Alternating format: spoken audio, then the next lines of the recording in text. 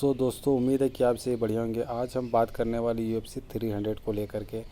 UFC 300 को लेकर के डेना वाइट का ऐसा कहना था कि इस कार्ड में ऐसे इतने बेहतरीन फाइट बुक होंगे कि प्रीमियम कार्ड को भी देख के लोग फ़ैन एक्साइटेड हो जाएंगे और कहेंगे होली सीट ये सब क्या फ़ाइट बुक हुई है। लेकिन मैं अगर ऑनेस्ट के साथ कहूँ तो अभी तक मुझे कोई भी ऐसी फ़ाइट बुक हुई तो भी नज़र नहीं आई जिसको लेकर मैं एक्साइटेड हूँ।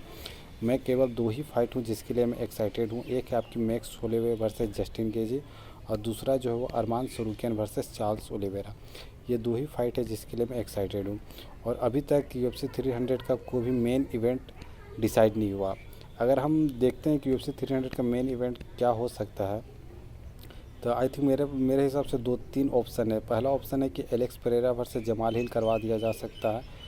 दूसरा हो सकता है कि अडसानिया वर्सेस आपका एलेक्स पेरेरा भी करवा दिया सकता है। लेकिन इसमें ख़राबी ये है, यहाँ पर ये दिक्कत है क्योंकि एलेक्स पेरेरा चैम्पियन है और इजराइल अडसानिया जो वो पहला मैच अपना पिछला मैच जो वो हार के आ रहा है। तो अगर अडसानिया अगर जीता हुआ रहता, अगर वो चैम्पियन रहता तो भले वो क्या करता है कि लाइट वेट डिवीज़न में जाकर फाइट कर सकता था।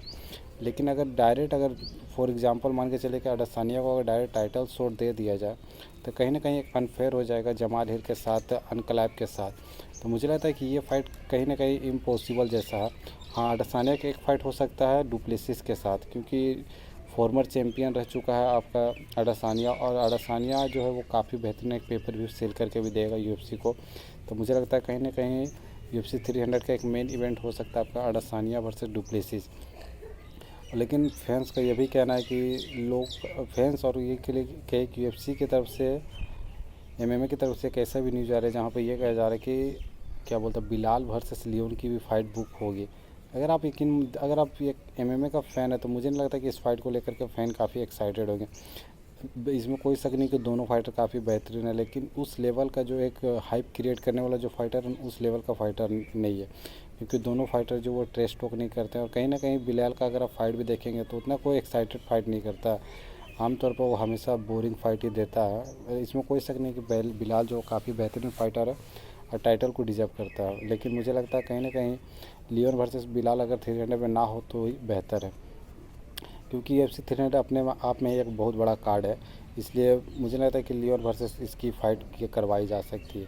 अगर हम बात करते हैं कि और कौन में इवेंट हो सकता है तो ऐसा कहा जा रहा था कि Michael channel versus Conor McGregor UFC 300 में होगा। लेकिन ये भी फाइट नहीं होगी, क्योंकि जैसे कि मैंने आपको कहा UFC अपने आप में एक बड़ा स्टार है। तो UFC 300 जो कार्ड है वो अपने आप में एक बहुत बड़ा कार्ड होगा।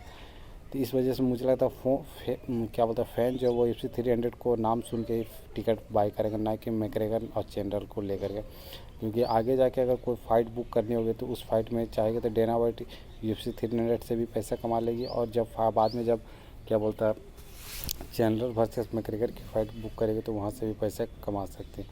तो अब देखना ये है कि UFC 300 का मेन इवेंट कौन सा डिसाइड होने वाला है। और ऐसा कहा जा रहा था कि UFC 300 में एक सुपर फाइट होने वाली है, और अभी तक तो ऐसा कोई भी न्यूज़ सुपर फाइट को लेकर के नहीं हुई।